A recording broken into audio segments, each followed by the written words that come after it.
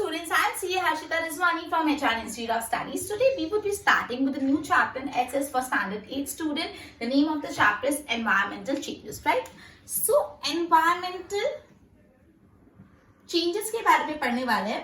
Before that हमको ये पता होना चाहिए कि एनवायरमेंट क्या होता है, एटमॉस्फेयर क्या होता है, तभी तो हम पढ़ पाएंगे कि उसमें चेंजेस कैसे आते हैं. तो the air that envelop the earth from all the side is called atmosphere. मतलब अर्थ के आजू बाजू जो पूरी एयर है, जो अर्थ के आजू बाजू पूरी एयर एनवेलप करती है मतलब कवर करती है, उस एयर को अपन क्या बोलते हैं, एटमॉस्फेयर. तो आपको एटमॉस्फेयर की डेफिनेशन पूछी तो यू विल राइट एयर जो एनवेलप करती है अर्थ फ्रॉम ऑल साइड. वैसी एयर जो अर्थ को चारों दिशाओं से एनवेलप कर देती है उसको बोलते हैं एटमॉस्फेयर. लेकिन तकलीफ ये है कि जो एटमॉस्फेयर वो पॉल्यूट हो रहा है अलग अलग ह्यूमन एक्टिविटीज के कारण, right. The environment get polluted due to industries. अलग अलग इंडस्ट्रीज बन गई, वो इंडस्ट्री अपना जो वेस्ट होता है वो एनवायरमेंट में डिस्पोज कर लेती है, उससे खराब हो रहा है. फैक्ट्रीज, पावर स्टेशन, व्हीकल, इन सब के कारण एयर खराब होती जा रही है, एटमॉस्फेयर खराब हो रहा है. The changes that occur. अब आता है एनवायरमेंटल चेंजेस की डेफिनेशन. जो भी टेम्परेचर में, विंड डायरेक्शन में, मॉइस्चर में चेंज आ रहा है due to global warming.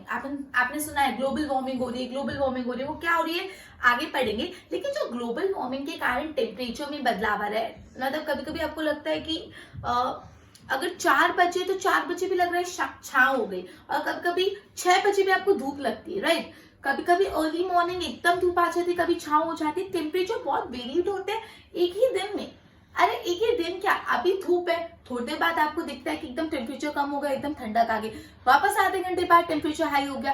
So temperature में चेंज हो रहा है, जो विंड का डायरेक्शन बदल जाता है, जो ह्यूमिडिटी, मॉइस्चर, कभी बहुत मॉइस्चर है कभी नहीं है, ये सब जो ग्लोबल वार्मिंग के कारण हो रहा है उसको हम लोग बोलते हैं एनवायरमेंटल चेंजेस. सो एनवायरमेंटल चेंजेस की डेफिनेशन आपको लर्न रखनी है. एनवायरमेंटल चेंजेस में चेंजेस इन कहाँ चेंज हो रहा है. पहला टेम्परेचर, दूसरा डायरेक्शन ऑफ विंड, और तीसरा मॉइस्चर. इन सब चीजों में जो चेंजेस आ रहा है किस वजह से आ रहा है, ड्यू टू ग्लोबल वार्मिंग, उसको हम लोग बोलते हैं एनवायरमेंटल चेंजेस. सो 2 डेफिनेशन अभी अपन ने पढ़ी, एटमॉस्फेयर के और एनवायरमेंटल चेंजेस की. एटमॉस्फेयर क्या है, the air that envelop the earth from all side is called atmosphere. और एनवायरमेंटल चेंजेस में आएगा the changes in the temperature, direction of wind and moisture due to global warming, उसको हम लोग बोलते हैं एनवायरमेंटल चेंजेस, राइट. ओके, चलो आगे बढ़ते हैं. अब अपन आ जाते हैं वेदर किसको बोलते हैं. What is weather. वेदर किसको बोलते हैं, the condition of temperature, rain, moisture in any region at a particular point of time. अब students, weather और climate में बहुत interesting differentiation है. weather at a particular point of time होता है, climate over a period of the time होता है. weather मतलब एक दिन का, एक समय का, उस moment का weather. climate एक 2 साल, 3 साल, 6 महीने, 2 दिन, over a period of the time होता है. Over a period of the time मतलब एक लंबा time, at a point of time मतलब उस समय. सो जो वेदर होता है वो क्या होता है, टेम्परेचर, एयर और मॉइस्चर का कंडीशन कोई भी रीजन में at a particular point of time, मतलब उस पॉइंट ऑफ टाइम पे, पर्टिकुलर पॉइंट ऑफ टाइम पे टेम्परेचर, विंड और मॉइस्चर का क्या कंडीशन है उसको बोलते हैं वेदर कैसा है. मतलब टेम्परेचर, मॉइस्चर और विंड मिला के कैसा कंडीशन है तो बोलते हैं वेदर कैसा है. तो वेदर की डेफिनेशन एक और, वेदर मतलब क्या है, कंडीशन ऑफ, किस चीज की कंडीशन, यही चीज, 3 चीज, temperature, rain and moisture. Temperature, rain and moisture. Wind के बदले रेन नहीं दिया, रेन, विंड से ही तो रेन आती है. Condition of temperature, wind and moisture in any region, कोई भी रीजन में, at a particular point of time. At a particular point of time उसको बोलते हैं अपन वेदर. वेदर मतलब क्या होता है, वेदर होता है condition of air, of temperature, wind and temperature, rain and moisture in any region at a particular point of the time, उसको हम लोग बोलते हैं weather, right? Okay, what would be the weather of this place? Write your answers in book. Okay, अब आ जाते हैं what is climate. मैंने आपको बताया weather एक point of time के लिए होता है, लेकिन climate over a period of the time होता है. तो climate is the average condition of rain. अब यहाँ पे सिर्फ condition नहीं, average हो जाएगा. average condition of rain, temperature and moisture for over more than say for example 35 years 35 years तक का एग्जाम्पल लिया, मतलब इतना लंबे समय में जो विंड टेम्परेचर का कंडीशन होता है उसको हम क्लाइमेट बोलते हैं. क्लाइमेट हमेशा over a period of the time होता है, weather particular point of time पे होता है. सो क्लाइमेट की डेफिनेशन अगर आपको पूछे तो you will write climate is equal to average condition. किस चीज की average condition? Of rain, temperature and moisture over a period of time. Example 35 years or more, उसको बोलते हैं क्लाइमेट. तो अपन ने 4 डेफिनेशन पढ़ी. एयर की एटमोस्फेयर की डेफिनेशन, एनवायरमेंटल चेंजेस की डेफिनेशन, वेदर की डेफिनेशन और क्लाइमेट की डेफिनेशन. एक और बार चारों डेफिनेशन रिवाइज कर देते हैं, फिर हम अपने नेक्स्ट टॉपिक पे स्विच करेंगे. So what is atmosphere? Atmosphere is the air that envelop the earth from all the side, right? जो एयर अर्थ को चारों दिशाओं से घेरी हुई है, एनवेलप करती है, उसको बोलते हैं एटमोस्फियर. उसके बाद बोला environmental changes. So the changes occurring in temperature, wind direction and humidity या moisture due to global warming, उसको हम लोग बोलते हैं environmental changes. What is weather? Condition of temperature, rainfall, moisture in a region at a particular point of time is called weather. And what is climate? The average condition of temperature, rainfall, moisture over a period of the time, say for example 35 years, right? Okay, so let us begin with the next topic which is called greenhouse farming. Okay, चलो अब हम greenhouse farming क्या होता है वो पढ़ लेते हैं. Just a minute.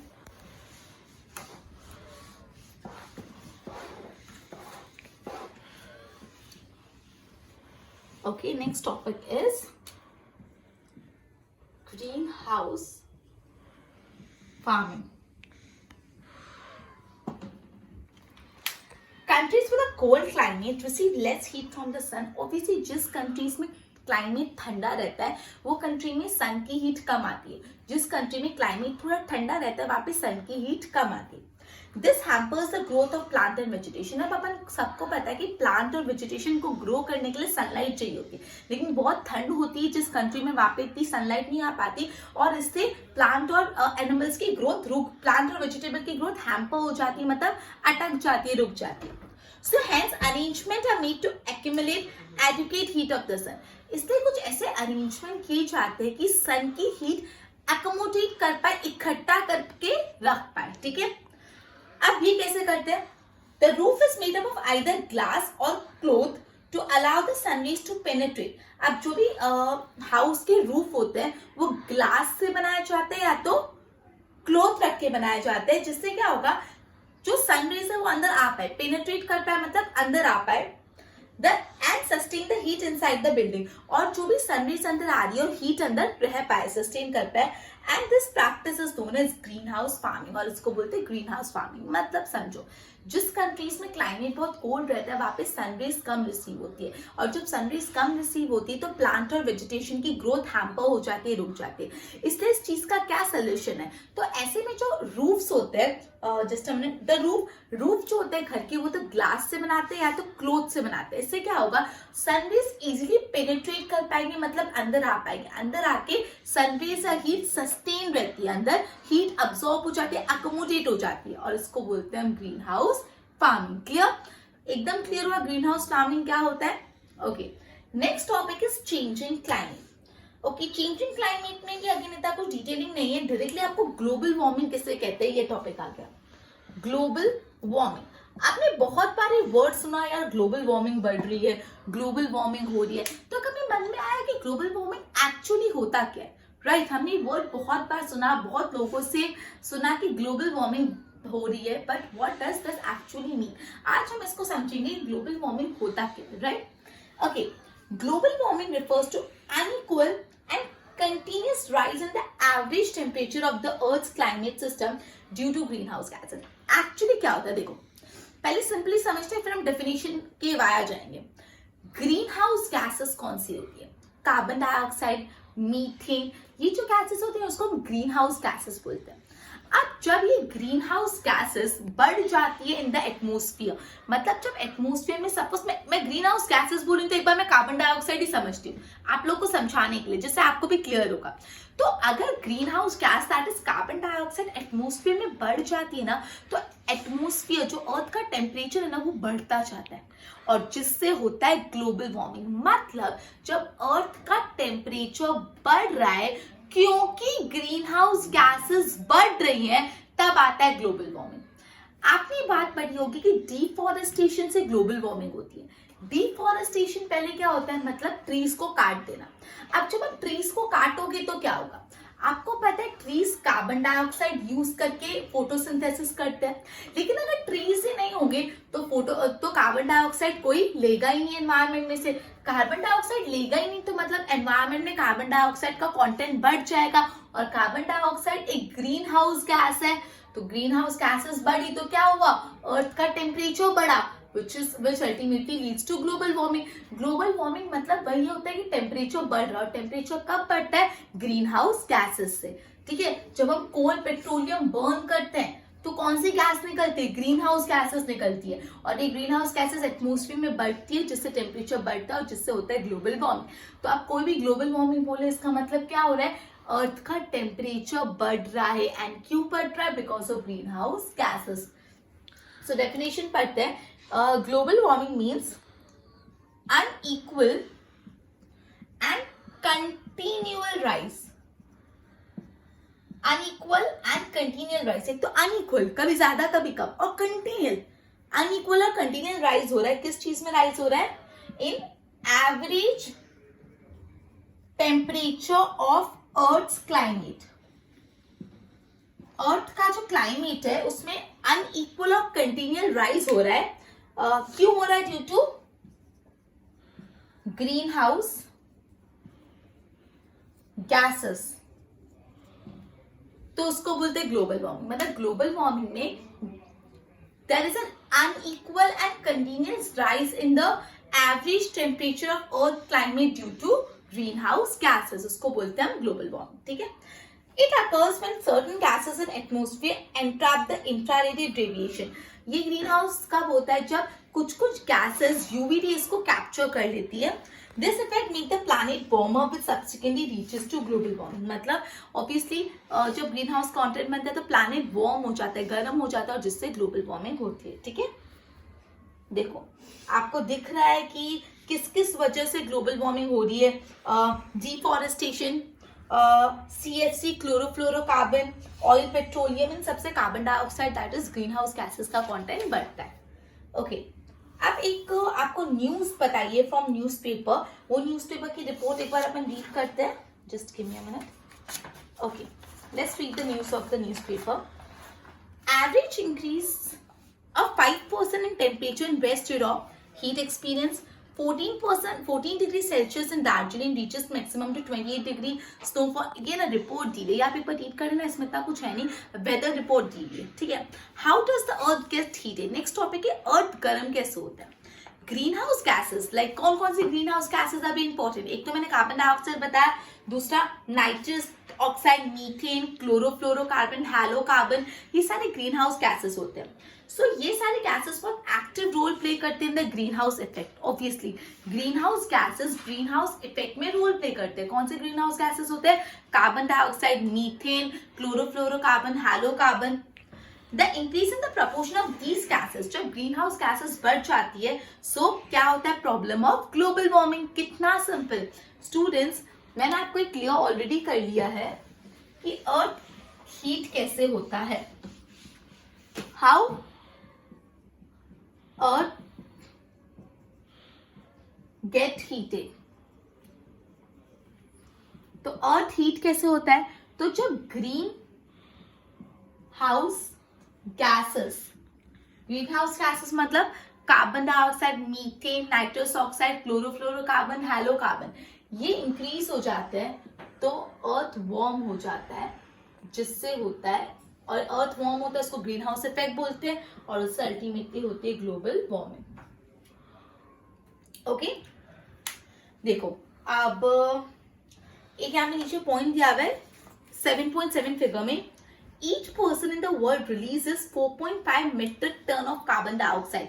मतलब basically each person in the world releases, हर इंसान पूरे वर्ल्ड में हर एक इंसान कितना कार्बन डाइऑक्साइड रिलीज करता है 4.5 मेट्रिक टन. ऑब्वियसली हम इनहेल ऑक्सीजन करते हैं, एक्सहेल कार्बन डाइऑक्साइड करते हैं और प्लांट कार्बन डाइऑक्साइड लेते हैं. ठीक है. So each person 4.5 metric ton का कार्बन डाइऑक्साइड रिलीज करता है. ये भी आपको 1 मार्क के लिए पूछ सकते हैं. 100 years ago the amount of carbon dioxide 275 ppm था, जो अभी 350 ppm हो गया. ppm मतलब ppm का फुल फॉर्म पूछ सकते हैं, part per million. Part per million. Okay. तो ppm मतलब पार्ट पर मिलियन. तो यहाँ पे क्या बोला है, आज से 100 साल पहले कार्बन डाइऑक्साइड कितना था, 227 ppm. मतलब बिफोर 100 years कार्बन डाइऑक्साइड का कंटेंट था 275 ppm, that is part per million. और टुडे आज इसका कंटेंट है 350 पार्ट पर मिलियन. मतलब इतना कंटेंट इंक्रीज हो गया. राइट. ओके. ठीक है. तो अभी नेक्स्ट टॉपिक अपन लेते हैं. Just give me a minute. हाँ, अब यहाँ पे okay nothing. Part per million मतलब 280 पार्ट पर मिलियन, मतलब डिवाइड बाय 100 कर, डिवाइड बाय 1000 100 करोगे तो 0.28% आएगा. राइट. ओके. डिवाइड बाय 1000 है. अब देखो आपको ये टेबल दिया हुआ है. Study the table given below, state how much we are responsible in adding this to temperature. देखो थर्मल पावर स्टेशन में proportion of gas release at एवरग्रेड the green house gases 9 lakh ton होता है. मोटर कार से 17 crore ton. AC on an average 2 hours 24 hours के लिए 2230 kgs. TV से 190 kg, tubelight से 88, फ्रीज से 920. तो आप सोचो आप लोग कितना carbon dioxide sorry green house gases increase करो एटमोस्फेयर में और ग्लोबल वार्मिंग कॉज कर दो. तो एक बार गो थ्रू कर लेना है, 1 मार्क के लिए पूछ सकते हैं. अब अपन पढ़ने वाले ग्रीन हाउस गैस के बारे में जो है methane. Right. Just give me a minute. हाँ, हम पढ़ते हैं अबाउट मीथेन. मीथेन का केमिकल फॉर्मूला क्या है? मीथेन गैस का केमिकल फॉर्मूला है CH4. मीथेन गैस का केमिकल फॉर्मूला है CH4. The massive increase in methane proportion from 315 ppm in the year 1950 to 64 in the year ppm in the year 2005 was due to the reason listed below. मतलब बोला है तो ये जो methane का content है बहुत ज्यादा इंक्रीज हो गया 1750 से 1764 में. और इसका वजह क्या है? देखो, exhaling of animals and metabolism process. मतलब जब एनिमल एक्सहेल करते हैं, मेटाबॉलिज्म एक्टिविटी करते हैं, तो अराउंड 14 करोड़ टन का मीथेन गैस रिलीज होता है. पैडी कल्टिवेशन से भी मीथेन गैस रिलीज होता है 15 करोड़ टन. मतलब पैडी कल्टिवेशन से 15 करोड़ टन का मीथेन गैस रिलीज होता है. Decomposition of biodegradable waste, biodegradable waste के डिग्रेडेशन से भी 7 करोड़ टन का मीथेन रिलीज होता है. ठीक है. All the thing used by human in one day has 80% of air in it. A man breathes about 22,000 times in a day. एक इंसान एक दिन में कितनी टाइम ब्रीथ करता है? 22,000 times.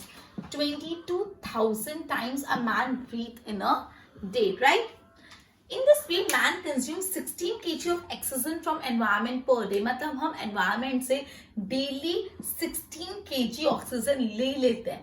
राइट. हम एनवायरमेंट से दिन में कितनी ऑक्सीजन लेते हैं? 16 kg. तो ये दोनों भी इंपॉर्टेंट है कि हम लोग कितनी टाइम ब्रीथ करते हैं ना डे 22,000 और कितना ऑक्सीजन ले लेते हैं एक दिन में? 16 kg ऑक्सीजन ले लेते हैं. ठीक है. और ये भी पूछ सकते हैं पैडी कल्टिवेशन से कितना मीथेन गैस रिलीज होता है? तो 15 crore ton. Right.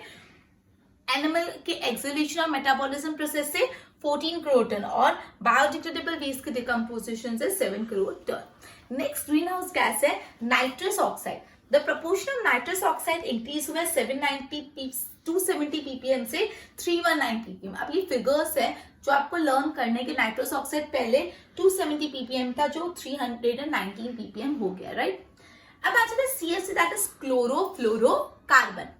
Due to the use of foam, plastic, refrigerator, AC, circuit aerosol spray, etc., there has been increase in CFC. CFC, chlorofluorocarbon का कंटेंट क्यों बढ़ रहा है? क्लोरोफ्लोरोकार्बन का कंटेंट बन रहा है AC में यूज होता है, टीवी में यूज होता है, एरोसोल स्प्रे में यूज होता है, रेफ्रिजरेटर में यूज होता है, प्लास्टिक में यूज होता है. इन सब जगह पे क्लोरोफ्लोरोकार्बन यूज हो रहा है जिससे इसका कंटेंट बढ़ता जा रहा है. अब थिंग्स टू नो देखो, As per the resolution passed by UN मतलब यूनाइटेड नेशन, जो एक इंटरनेशनल ऑर्गेनाइजेशन है, उन्होंने एक रेजोल्यूशन पास किया था कि 23 जनवरी 1995 में रेजोल्यूशन पास हुआ था। उस दिन के हिसाब से 16 सितंबर को ओजोन डे की तरह ऑब्जर्व किया जाता है। सो ओजोन डे कौन सा है? 16 सितंबर। सो अगर आपको पूछे व्हेन इज ओजोन डे, तो आप लिखोगे 16 सितंबर। After 1980 year 2007 was the hottest year, मतलब 1980 सबसे गर्म साल था, और उसके बाद कौन सा हॉटेस्ट ईयर था? 2007। 2007 was the hottest year after 1980, ठीक है। तो ओजोन डे कौन सा है? 16 सितंबर। और 1980 के बाद सबसे हॉटेस्ट डे कौन सा था? हॉटेस्ट ईयर कौन सा था? 2007, ठीक है। नेक्स्ट टॉपिक है ग्लोबल वार्मिंग का इफेक्ट क्या है और ग्लोबल वार्मिंग को कंट्रोल करने के लिए हम कर क्या सकते हैं। ये दोनों टॉपिक बहुत इंपॉर्टेंट है। सो ये दोनों टॉपिक मैं नेक्स्ट लेक्चर में लूंगी। सिर्फ 2 टॉपिक है, अपना पूरा चैप्टर कंप्लीट हो जाएगा। कौन से 2 टॉपिक? ग्लोबल वार्मिंग का असर क्या हो रहा है, ग्लोबल वार्मिंग को कंट्रोल करने के लिए हमको क्या करना चाहिए। ये दोनों टॉपिक अपन नेक्स्ट लेक्चर में लेंगे। आज अपन एक चैप्टर स्टार्ट किया और काफी ज्यादा नॉलेज गेन किया अबाउट ग्लोबल वार्मिंग, एनवायरमेंटल में क्या क्या चेंजेस आ रहे हैं, right. So before ending this lecture मैं आपसे 5 क्वेश्चंस पूछ लेती हूँ and you need to give me answer. अगर आपने करेक्ट बोला सो वेल डन स्टूडेंट्स, और नहीं बोला तो you need to review the video, right. Okay, so let us begin. Okay, dash is the condition of temperature, rain, moisture in any region at a particular point of time. Dash is a condition of temperature, rain, moisture in any region at a particular point of the time.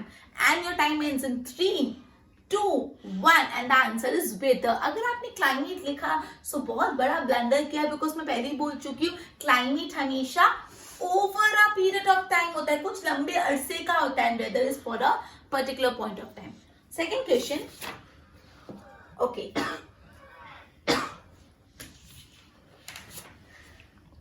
Okay give name of some green house gases. You need to name some green house gases. आपको green house gases का नाम बताना है and your time ends in 3, 2, 1। पहला तो हमने बहुत अच्छे से गेस कर लिया होगा, विच इज कार्बन डाइऑक्साइड, फिर nitrous oxide, methane, chlorofluorocarbon, hydrocarbon. ये सारे आपको लर्न रहने चाहिए, बहुत ऑब्वियस, बहुत इजी और फ्यूचर में भी काम आएगा, so you should know it, right. Third question, what is the full form of PPN? What is the full form of PPN? And your time ends in 3, 2, 1। It is part per million, right. Fourth question, how much oxygen does a man consume in a day? How much oxygen does a man consume in a day from the environment? And your time ends in 3, 2, 1. Isn't it simple? 16 kg, right? Next question. Which is the hottest year after 1980? Which year is considered as the hottest year after 1980? And your time ends in 3, 2, 1. It is 2007. Well done, students. So we will be ending our lecture and completing this chapter in our next video. Till then, goodbye.